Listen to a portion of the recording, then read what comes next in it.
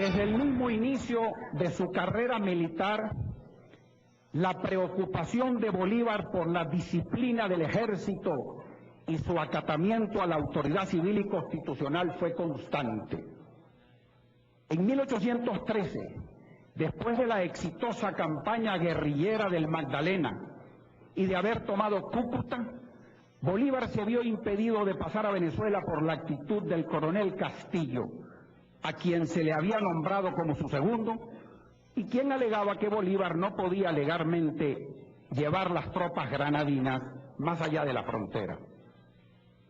Bolívar acató esto y se dirigió al Congreso de la Unión en solicitud del permiso correspondiente. Pero como se hizo evidente que la actitud de Castillo era obstruccionista y no legalista, Bolívar le escribió al presidente de la Unión: más que un raciocinio táctico o estratégico o político de la campaña que pensaba iniciar en Venezuela, le formula una declaración de principio extremadamente importante. Le dice: no hay Estado beligerante sin ejército y no hay ejército sin disciplina. Este primer incidente de la carrera de Bolívar, de la carrera militar, revela la constante de una firme convicción en la disciplina del ejército como condición de su misma existencia y de su visión al poder civil como requisito de su carácter republicano y constitucional, que era la razón por la cual había ejército y se luchaba. La disciplina del poder militar y su razón de ser como brazo armado de una república constitucional por la cual se luchaba fueron los dos pilares del pensamiento de Bolívar en materia militar y la constante de su vida.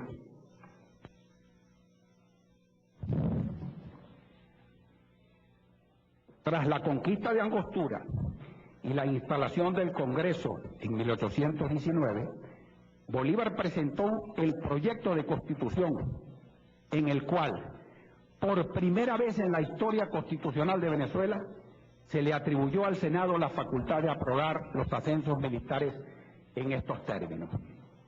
El presidente nombra los empleos civiles y militares que la Constitución no reservare. Entre los reservados se comprenden los de coronel inclusive arriba, cuyo nombramiento lo hará el Poder Ejecutivo con aprobación del Senado. Si éste no conviniere en el nombramiento, puede repetir su instancia apoyándola mejor. La resolución del Senado, en este caso, es decisiva. La Constitución de Bolívar estableció por primera vez en nuestra historia constitucional el carácter no deliberante de las Fuerzas Armadas y su jefatura por quien quiera ejerciera las funciones de presidente. Y apartándose del modelo federal de la Constitución de 1811, estableció que la Fuerza Armada era exclusividad de la República y no facultad soberana de las provincias de tener cada una de ellas sus propias Fuerzas Armadas.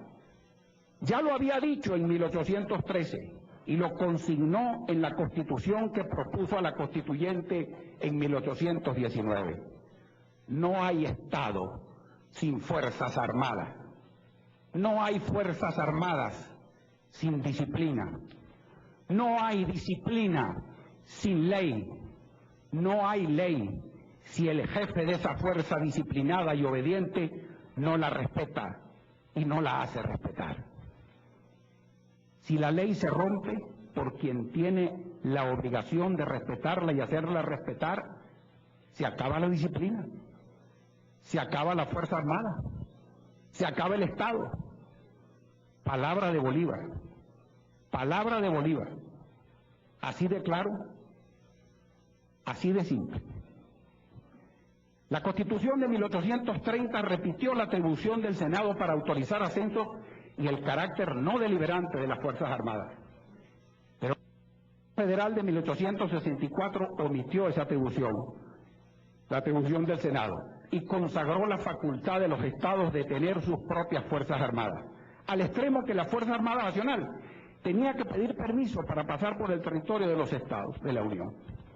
Esa fue una de las causas que llevaron al enguerrillamiento crónico que le siguió hasta que en 1908 Gómez tomó el poder y empezó a desmontar la disgregación implícita en el modelo federal y acabó con los caudillos. Y esa fue la razón de la proliferación de rangos militares otorgados por el mariscal Falcón y por los presidentes que le siguieron, por lo cual, para los fines del siglo pasado, Venezuela tenía más generales y coroneles que soldados, y no tenía ejército.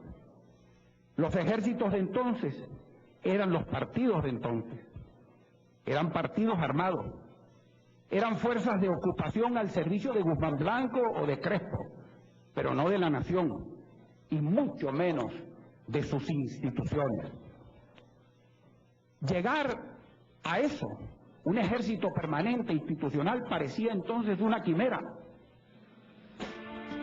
Regresar a eso parecía hasta antes de ayer una imposibilidad. Pero ese es el camino por el cual vamos. Por lo pronto, ya tenemos más coroneles y generales de aviación que aviones, y más almirantes y capitanes de navío que navíos.